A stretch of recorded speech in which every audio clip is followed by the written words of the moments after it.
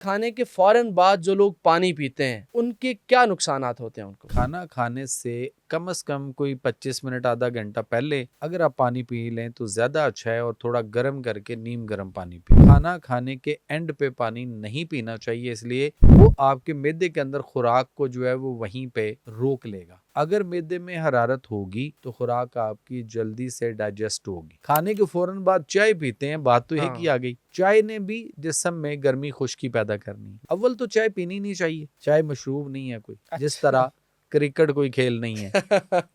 East India company जब बरसगीरी में दाखिल हुई थी तो ये बायोलॉजिकल वार के तौर पे उसने इसको इस्तेमाल किया था। उन्होंने फ्री में इस खित्ते में पत्ती बांटी और लोगों को चाय पे लगाया। रिसर्च इस चीजों पे आ चुकी हुई है कि चीनी से जान छुड़ाओ। चीनी आपको बेशुमार बीमारियों की तरफ धकेल चुकी हुई है। तो ये बात गलत नहीं होगी कि दुनिया के मंशियात में सबसे बड़ा ड्रग्स में जो चीज आती है वो आपकी ये चीनी है। अच्छा, चीनी इतनी नुकसानदेह। इस खित्ते में शक्कर था, गुड़ था, और जब तक हम गुड़ और शक्कर पे थे खुराक हजम भी होती थी। आज भी आप खाना खा के उसके बाद गुड़ खाएं तो खुराक आपकी जल्दी हजम होगी। आपको पता है कि 5 करोड़ शुगर के मरीजों के साथ पाकिस्तान जो है वो अंग्रेजों की, काफरों की दवाइयों की एक मंडी बना हुआ है। अब ये सारे के सारे दवाइयों पे हैं, और ये दवाइयों का पैसा कहाँ किसको जा रहा है? डॉक्टर साहब, खाने के फौरन बाद जो लोग पानी पीते हैं उनके क्या नुकसानात होते हैं उनको?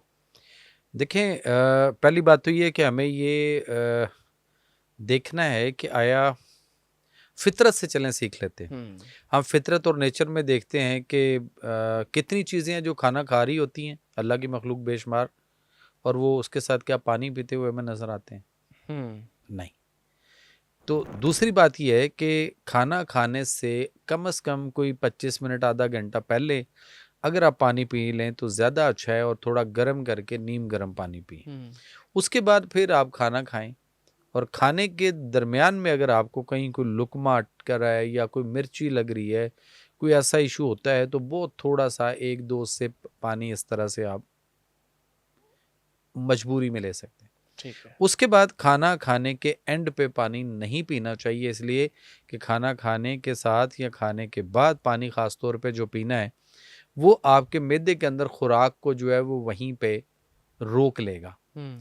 समझना हमें यह है कि मैदे के अंदर एक हरारत गरीजी होती है जो खुराक को हजम करने में मुआवनत करती है, और खुराक आपकी कम से कम मैदे के अंदर 3 घंटे, 3 घंटे बाद वो खुराक मैदे से छोटी आंत 4 घंटे उसमें, फिर बड़ी आंत 5 घंटे उसमें।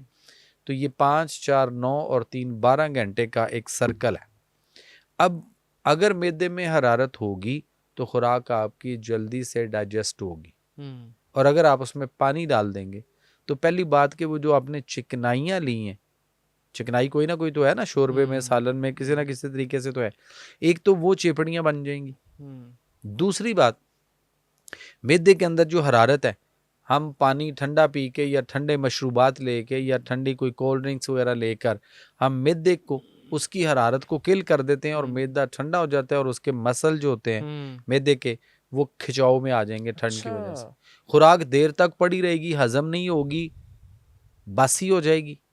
बोतल तो इसीलिए पी जाती है कि डकार हम आएंगे। बोतल पियेंगे, डकार आएगा, खाना हजम हो जाएगा।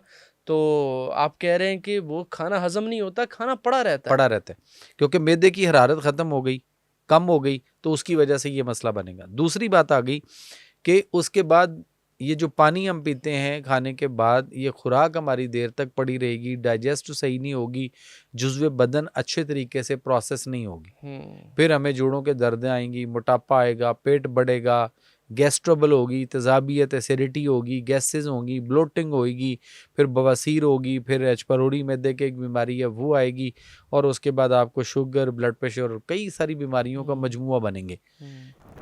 अब बहुत सारे लोग ये समझ गए हुए हैं कि पानी खाने के बाद नहीं पीना, और वो नहीं पीते, लेकिन खाने के फौरन बाद चाय पीते हैं। बात तो एक ही आ गई, चाय ने भी जिस्म में गर्मी खुश्की पैदा करनी, उससे भी तेज़ाबियत, एसिडिटी, गैस, ब्लोटिंग, ये सारा कुछ होता है। अव्वल तो चाय पीनी नहीं चाहिए, चाय मशरूब नहीं है कोई, चाय कोई मशरूब नहीं है, जिस तरह क्रिकेट कोई खेल नहीं है। तो चाय ईस्ट इंडिया कंपनी जब बरसगीर में दाखिल हुई थी तो ये बायोलॉजिकल वार के तौर पे उसने इसको इस्तेमाल किया था। उन्होंने फ्री में इस खित्ते में पत्ती बांटी और लोगों को चाय पे लगाया। हालांकि उससे पहले हम अच्छा खासा दूध, शहद, दूध, देसी घी, हम इन चीज़ों पे थे, दूध गर्म करके पीते थे। तो उन्होंने इस चाय की पत्ती को मुफ्त बांटा और फिर कहा कि इसको चीनी में बनाओगे तो और अच्छी बनेगी, मज़ेदार होगी, टेस्ट होगा। फिर चीनी के कारखाने लगाने के लिए इस खित्ते में उन्होंने मुफ्त में ये बांटा और फिर वो चीनी आ गई और वो फिर चीनी की मिलें लगी और फिर उससे एक बहुत बड़ा मसला शुरू हुआ इस खित्ते में। आप देख लें इस वक्त अब बहुत सारे डॉक्टर्स, बहुत सारे रिसर्च इस चीज़ों पे आ चुकी हुई है कि चीनी से जान छुड़ाओ, चीनी नहीं लें, चीनी आपको बेशुमार बीमारियों की तरफ धकेल चुकी हुई है। बल्कि अगर मुझे आप कहने दें तो ये बात गलत नहीं होगी कि दुनिया के मंशियात में सबसे बड़ा ड्रग्स जो चीज़ आती है वो आपकी ये चीनी है। अच्छा, चीनी इतनी नुकसानदेह। और डॉक्टर साहब, वो वालिदैन जो छोटे बच्चों को दूध में चीनी डाल के देते हैं, या अब चाय में चीनी है, दूध सोडे में चीनी है, हर चीज में हमारे चीनी। इस खित्ते में शक्कर था, गुड़ था जी, और जब तक हम गुड़ और शक्कर पे थे खुराक हजम भी होती थी। आज भी आप खाना खा के उसके बाद गुड़ खाएं तो खुराक आपकी जल्दी हजम होगी। अच्छा, खुराक जुज़्वे बदन बनेगी। तो चीनी भी तो गुड़ से बनती है। साले और खून जो है वो आपका वो पैदा करेगा, गुड़ और शक्कर। नहीं, चीनी कैसे गुड़ से बनती है? लोग तो यही कहते हैं कि जनाब ये एक ही बात है। नहीं, एक बात नहीं है। देखिए, जो गुड़ बन रहा है, जो शक्कर बन रही है, वो नेचुरल प्रोसेस है। और ये जो चीनी बन रही है, वो जो वेलना होता है उसमें गुड़ और शक्कर देखे ना, वो तो गुड़ शक्कर बेलना लगाया गया, रो निकाल ली गई, कढ़ाई में डाल दी गई, उसको उबालते रहे। उसमें भी अब एक इशू है कि जहाँ पे गुड़ शक्कर में रंग काट या सोडा डाल के वो किया जाएगा, वो प्रॉब्लम है। उसको भिंडी होती है जो सब्जी में, भिंडी के पानी के साथ आप उसको साफ करें। अच्छा, तो वो ज्यादा अच्छा नेचुरल साफ ऑर्गेनिक किस्म का आपका गुड़ शक्कर बनेगा। अच्छा, और जो चीनी बन रही है शुगर मिलों के अंदर, आप उनको देख लें कि वहाँ पे क्या मसाइल हैं, किस तरह के हैं, क्या क्या चीज़ें डाली जा रही हैं और वो चीनी कितनी नुकसानदेह है। इस खित्ते में शुगर जो है, आपको पता है कि 5 करोड़ शुगर के मरीजों के साथ पाकिस्तान जो है वो अंग्रेज़ों की, काफरों की दवाइयों की एक मंडी बना हुआ है। अब 5-5.5 करोड़ रजिस्टर्ड पेशेंट हैं पाकिस्तान में शुगर के। अब ये सारे के सारे दवाइयों पे हैं और ये दवाइयों का पैसा कहाँ किसको जा रहा है? इस मुल्क में सर 6000 से जायद अल्लाह ताला ने आपको जड़ी बूटियों से नवाजा है। पूरी दुनिया जो है वो नेचर की तरफ लौट चुकी है। पूरी दुनिया में नेचुरल यानी नेचुरोपैथिक सिस्टम ऑफ मेडिसन और कुदरती ज़राए से दवाइयाँ बहुत तेज़ी से लोग उसकी तरफ आ चुके हुए हैं। उसकी बाकायदा डिग्रियाँ आ गई हुई हैं बाहर।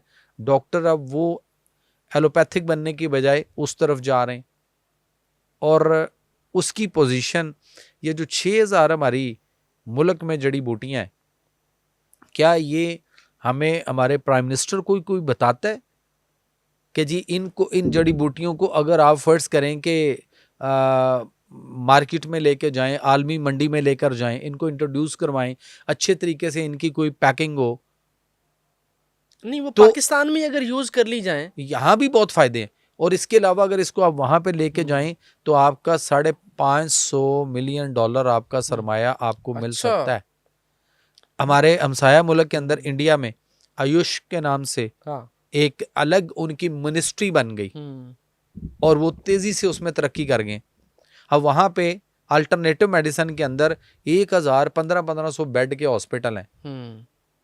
यहाँ पे आप बता दीजिए मुझे कि आप का जो डिपार्टमेंट है हेल्थ, वो ये तो कहता नजर आता है कि जनाब 3 तरीका इलाज पाकिस्तान के अंदर रजिस्टर्ड हैं और इक्वल बुनियादों पर रजिस्टर्ड हैं, एलोपैथिक, होम्योपैथिक और उसके बाद तिब, जिसको हम नेचुरोपैथी कहते हैं। अब ये तीनों तरीका इलाज अगर इक्वल बुनियादों पर रजिस्टर्ड है तो सारे का सारा बजट हर साल जो है वो सिर्फ एलोपैथिक को दिया जाता है। होम्योपैथिक तरीका इलाज को बताइए कितना बजट, कुछ भी नहीं, तिब को कितना बजट, कुछ भी नहीं। ठीक है, तो फिर क्या मुल्क तरक्की करेगा, क्या सरवाइव करेगा? बीमारियां, जितना बजट इनको एक साल में दिया जाता है ना, उसका क्वार्टर बजट सिर्फ जो है ना वो आप तिब को दे दें तो आपके मुल्क से बीमारियों का खात्मा हो सकता है।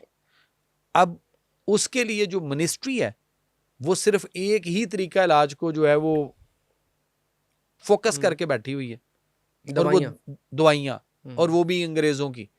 अब हम ये कह रहे हैं कि अगर हमारे प्राइम मिनिस्टर साहब जो है वो इस पे थोड़ा सा गौर करें, तो वजह दें थोड़ी सी, और हेल्थ मिनिस्टर मुस्तफा कमाल साहब से भी हमारी मीटिंग हो चुकी हुई है, उनकी टेबल पे ये सारा जा चुका हुआ है। अच्छा, कि आप एक अलग मिनिस्ट्री बनाएं, जैसे हम साहब मुल्क के अंदर अल्टरनेटिव मेडिसिन की, और जितने भी दूसरे तरीका इलाज हैं जो कि सदियों पुराने हैं और उनसे जो आजमूदा है और जो उनसे इस्तिफादा हासिल आप करेंगे, वो सबसे अच्छा है, इनकी एक अलग मिनिस्ट्री बना दें।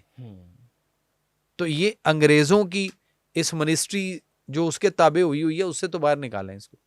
तो फिर आप देखें में